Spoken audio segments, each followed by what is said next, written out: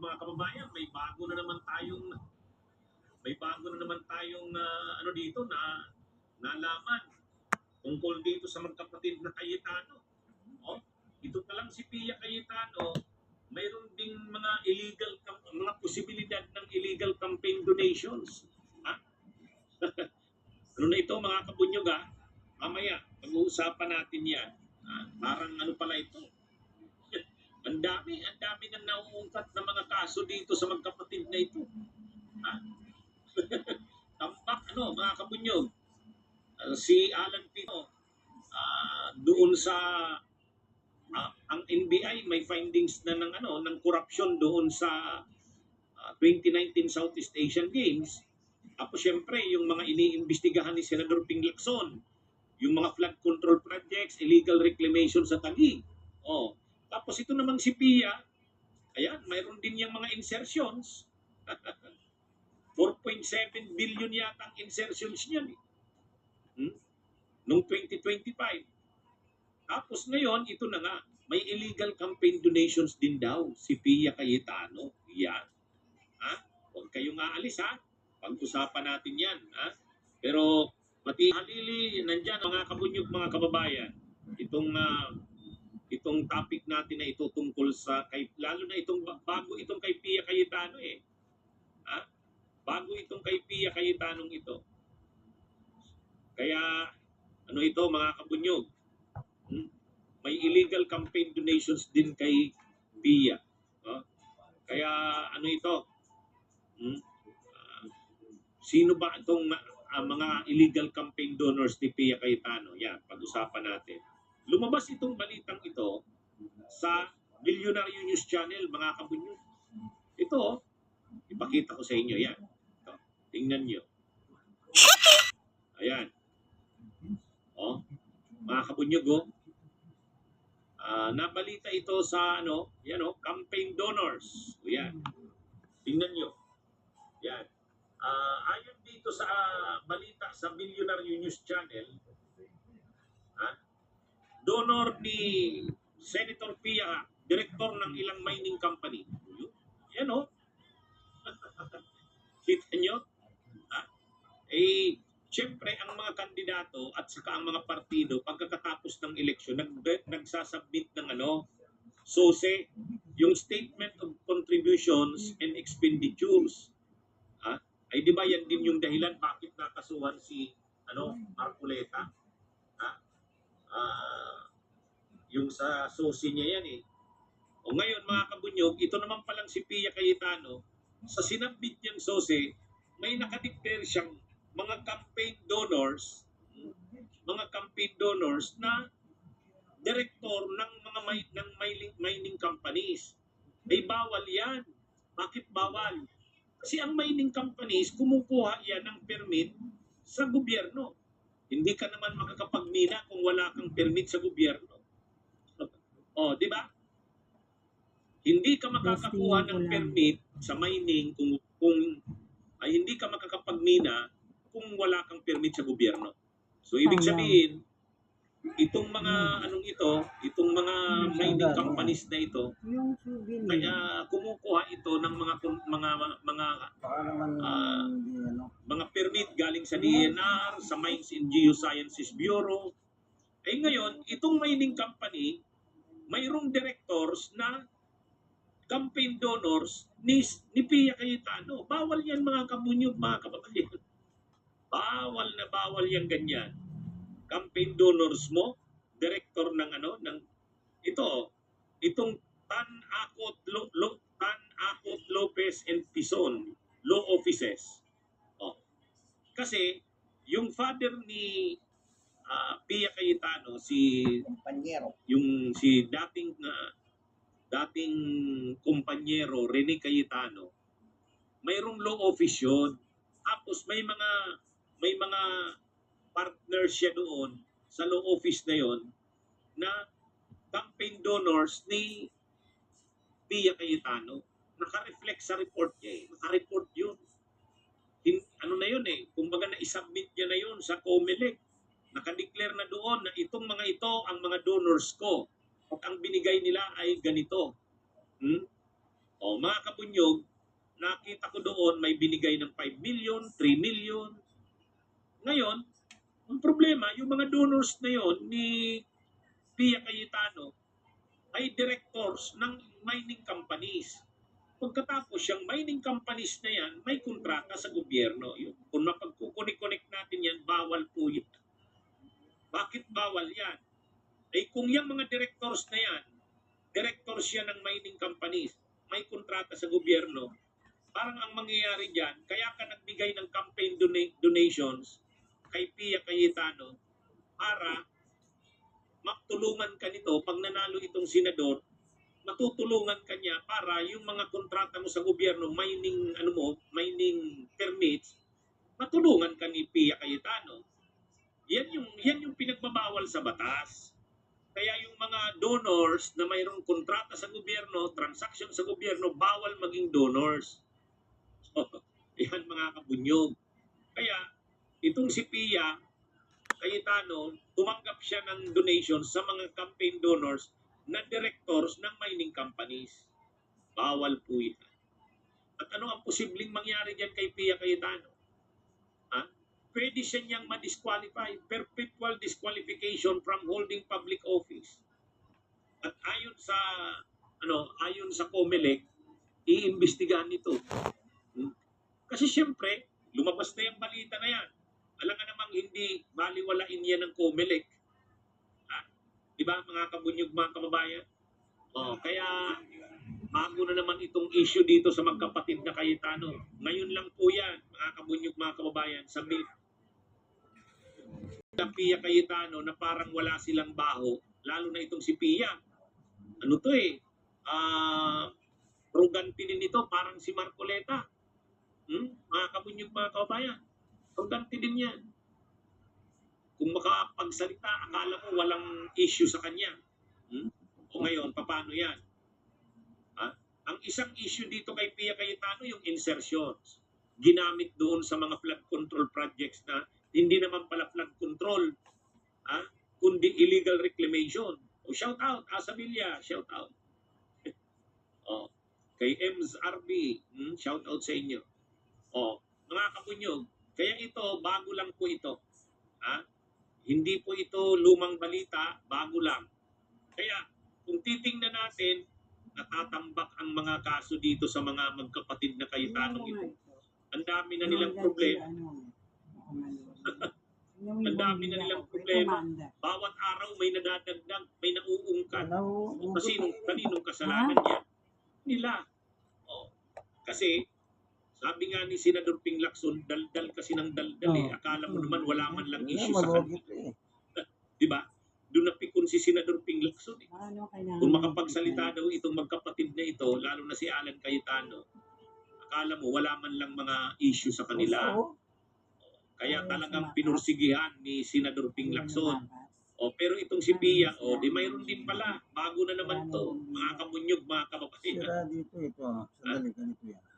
Yung mga yung tungkol sa mga proyekto sa Taguig, may decision, may ano na rin, may sinabi na rin ang mga kabunyog, may sinabi na rin ang DPWH, ipapatigil na ang mga projects ng Taguig na projects nitong Nil Cayetano. Ayon mismo yan kay DPWH Secretary Vince Dizon. Kapag nakatanggap na daw sila ang DPWH ng sulat galing sa Philippine Reclamation Authority o galing sa Laguna Lake Development Authority, may sulat na, agad-agad aaksyonan ng DPWH, ititigil na ang mga proyekto, yung mga illegal na proyekto sa Taguig. Patay. Rosendo Bison, shout out po. Mga kapunyog, mga kababayan, ayon na mismo yan sa DPWH. Pag nakatanggap sila ng sulat na ng tungkol sa mga illegal na proyekto sa Taguig, ang gagawin ng DPWH, as inassure po mismo ni DPWH Secretary Vince Dizon, agad-agad ipapatigil na ang mga proyekto sa Taguig. Ano ba itong mga proyektong ito?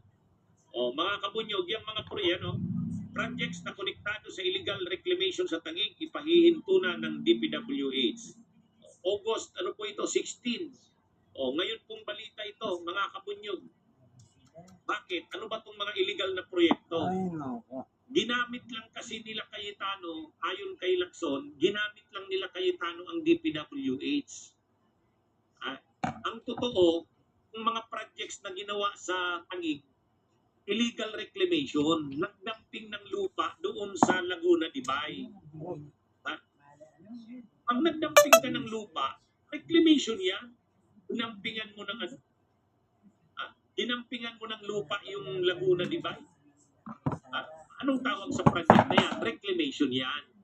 Kaya lang, para mapunduhan ng DPWH at para kumbaga ang ginawa, para DPWH ang mag-implement yung District Engineering Office at para yung pork barrel ni Pia Cayetano at Alan Cayetano ay magamit, pupunduhan nila DPWH project. So lalabas ang proyekto ay DPWH project.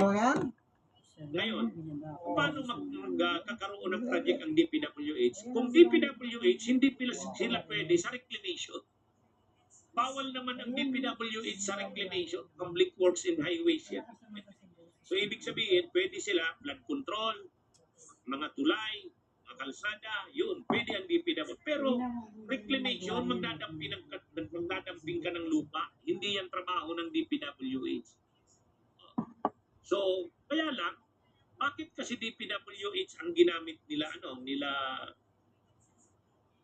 ang ginamit nila Cayetano? DPWH ang ginamit para,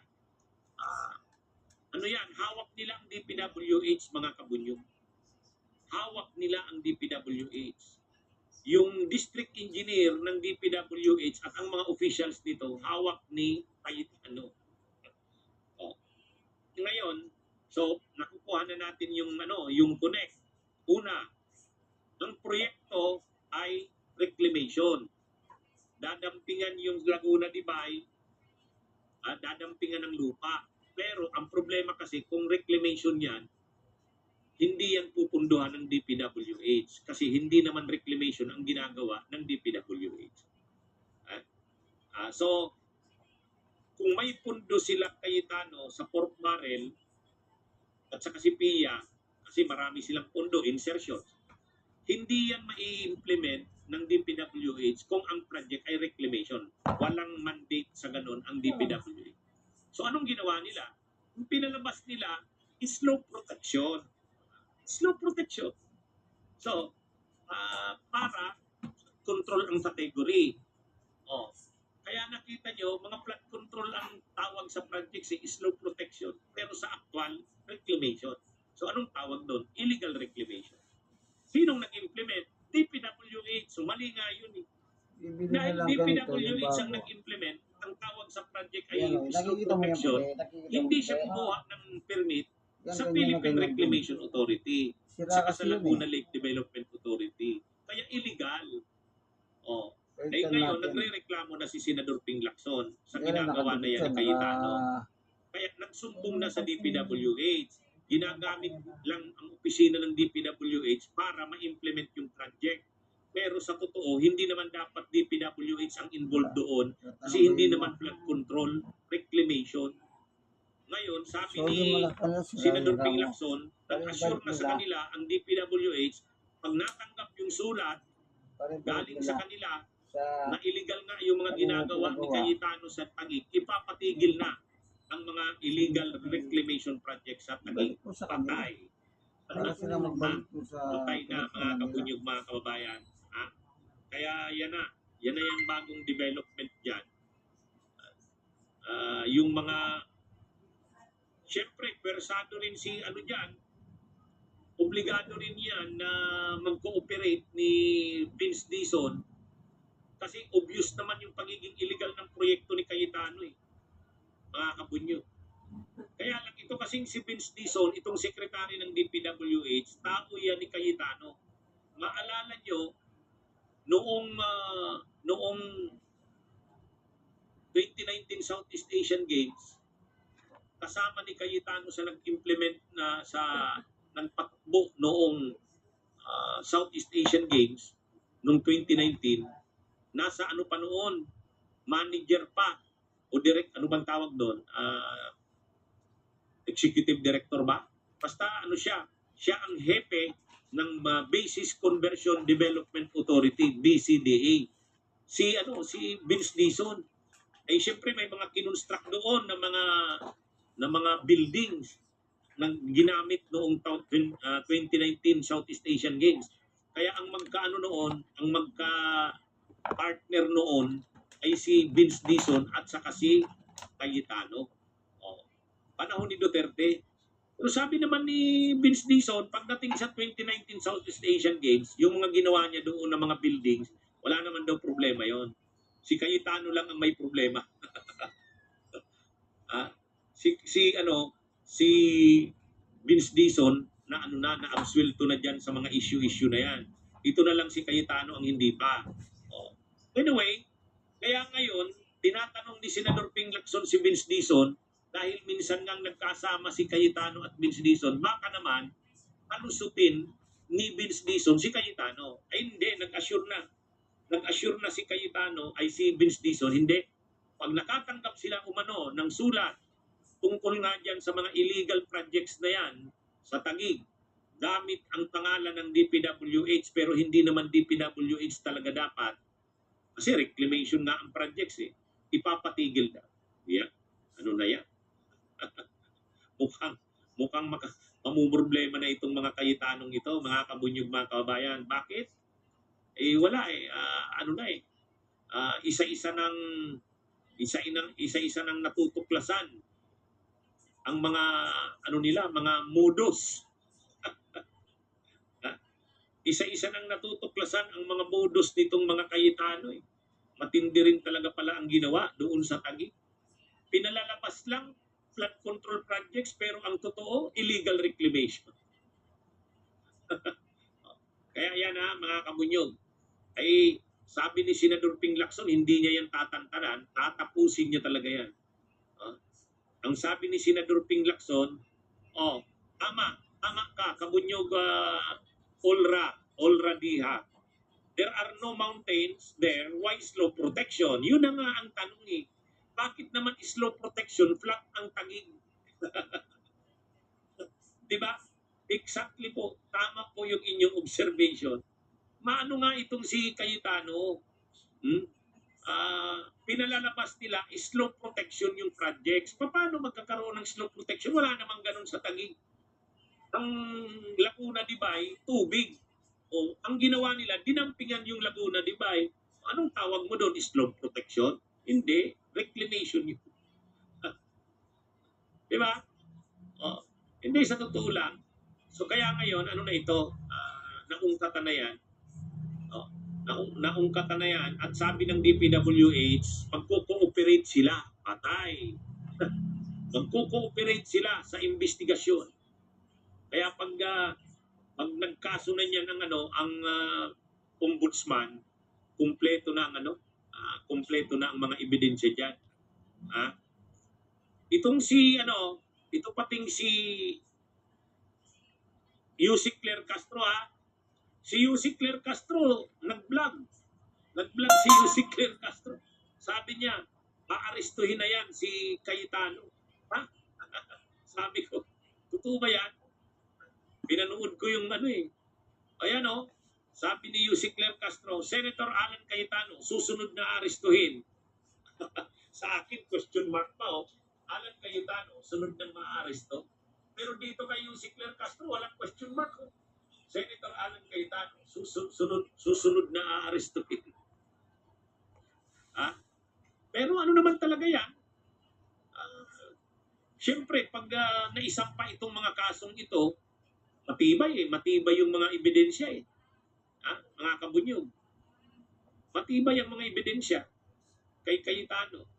Talagang pinagtiyagaan, pinagpursigihan. Hindi haphazard ang ginawang investigasyon. ng mga staff ni Senador Ping Lacson. Kaya ang findings ng mga binuong teams ni Senador Ping Lacson matindi. At habang tumatagal na marami silang natutuklasan. Ang isa sa mga natuklasan nila, mahigit 43 hectares na ang na-reclaim. Mga kabunyog, mahigit 43 hectares na ang na-reclaim. Alam nyo ba ang 43 hectares? 430,000 square meters yan. Kasi ang isang hektarya ay 10,000 square meters. Pag magkaroon ka nga ng lupa sa syudad, na 1,000 square meters, ang laki na niyan. Lalo pa niyan, prime properties yan. C6 yan eh, C6. Ang ginawa nila, reclaim yung mga lupa. Nag-reclaim ng mga lupa doon sa Laguna de Bay gamit ang pondo ng gobyerno. Pagkatapos, ang natuklasan ni Senador Ping Lacson, pinatituluhan pa sa pribado. Ang sabi ni Alan Peter Cayetano, wala naman daw problema kasi public naman daw yon. Sa LGU daw ng Taguig yun eh. Yung mga lupa na yon, kung tawagin man daw yung reclaimed lands, LGU ng Taguig yan. May gobyerno pa rin. Sabi ni Senador Ping Lacson, oo, mayroong mga para sa LGU ng Taguig. Pero may natuklasan din sila na mga nakatitulo sa pribado. May natuklasan din. Kaya matindi ito. Nakakabunyog mga kababayan. Kaya ito na nga. Pati si Yussi Claire Castro nag-vlog na. Senator Alan Cayetano, susunod na arestuhin. Ano yan mga kabunyog? Ano yan si Yussi Claire Castro? Marami yang alam sa mga na yan. Siyempre, nasa gobyerno siya ngayon. Hindi naman yan magsasabi ng ganyan kung sa tingin niya mga walang basihan. Kaya, ito mga kabunyog, mga kababayan. Mukhang si Alan Cayetano nakakaramdam na rin. Nakakaramdam na. Hindi na umaattend sa session ng Senado eh. Inaasikaso siguro yung depensa niya. Kasi makakatanggap na yan ng subpoena galing sa ombudsman. Pag nakatanggap siya ng subpoena galing sa ombudsman, mag-submit siya ng counter affidavit, pag pinapasubmit na siya ng counter affidavit niya at saka mga testigo niya, yung mga affidavit ng kanyang mga witnesses din, yung kontra-ebidensya niya rin, sagot niya sa mga aligasyon sa kanya, kailangan niya talagang sagutin niya ng seryoso. Kung hindi, matutulad siya kay Marcoleta. Kung ang mga style ni Alan Cayetano sa ni Pia Cayetano ay wala naman yan, wala namang kabasi-basihan yan, gawa-gawa lang yan. O sige nga, kaganyan ang style nila. Ganyan din si Marcoleta, di ba, sa kasi Mike Defensor. Sabi nila, wala yan. Hindi namin siniseryoso yung mga akusasyon na yan. Ang nangyari ngayon, plunder yung lumabas. Tapos umaasa pa sila, wala yan.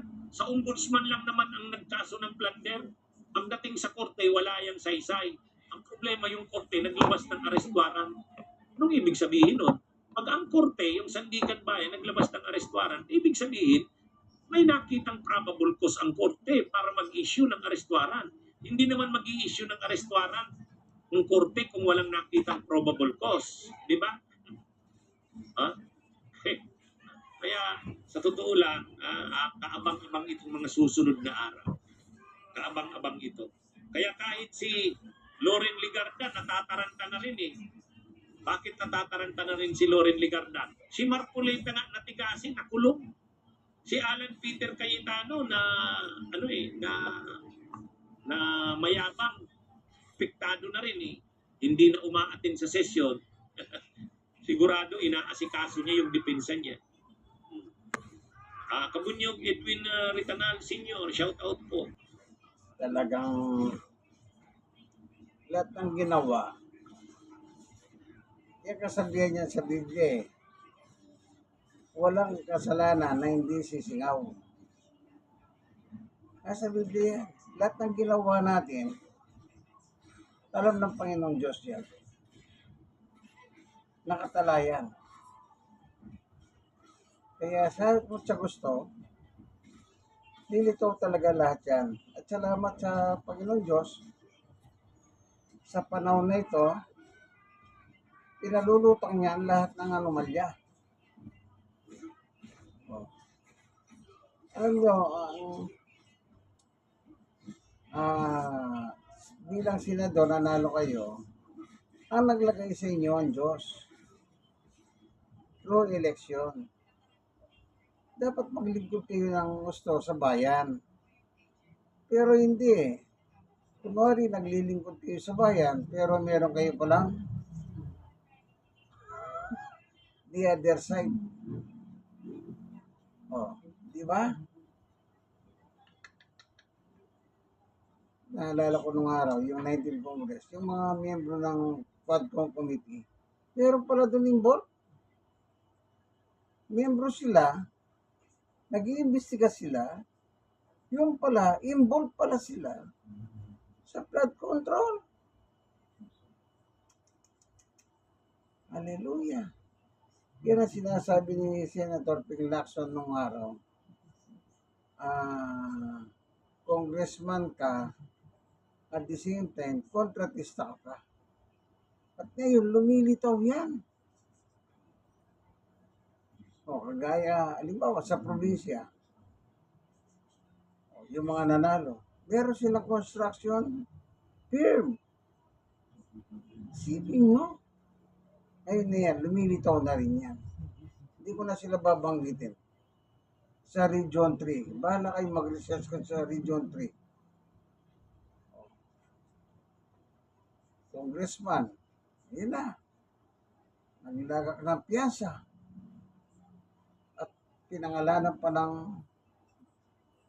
ombudsman yung pangalan ng congresswoman ngayon.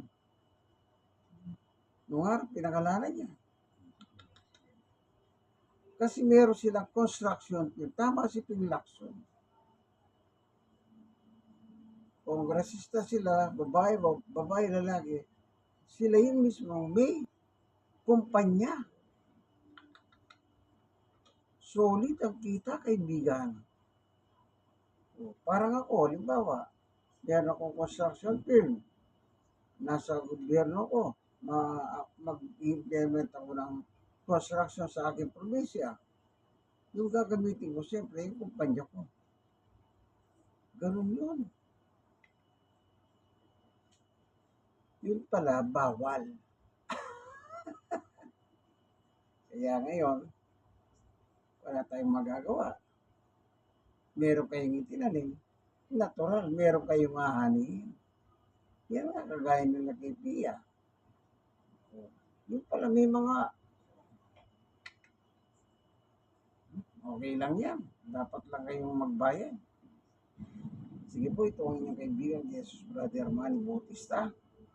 Kaya kung gusto niyo sumali sa politika, be assured, huwag kayong gagawa ng anumang bagay na sa isang pagkakataon, mabubulgar at mabubulgar yan, kaibigan. Mabubulgar yan. O yung nangyari kay Sarah, ngayon nabubulgar na. Kaya umihiling siya, daw, magmula sa Office of the President, gusto niya mag-one-on-one sila ng Pangulo. May mga lumulutang sa social media ganyan, may nakita ko eh. Gusto niyang mag-set ng meeting ng one-on-one sa presidente. Hindi pa natin alam kung totoo yan. Basta nakalutang lang. Eh, kasabihan, kung walang apoy, walang sunog. Sige po, kaibigan niyo kayo na sa Panginoong Yesus, Brother Manny Bautista. God bless us all. Lagi po tayong manalangin dahil malala ang problema ng politikos.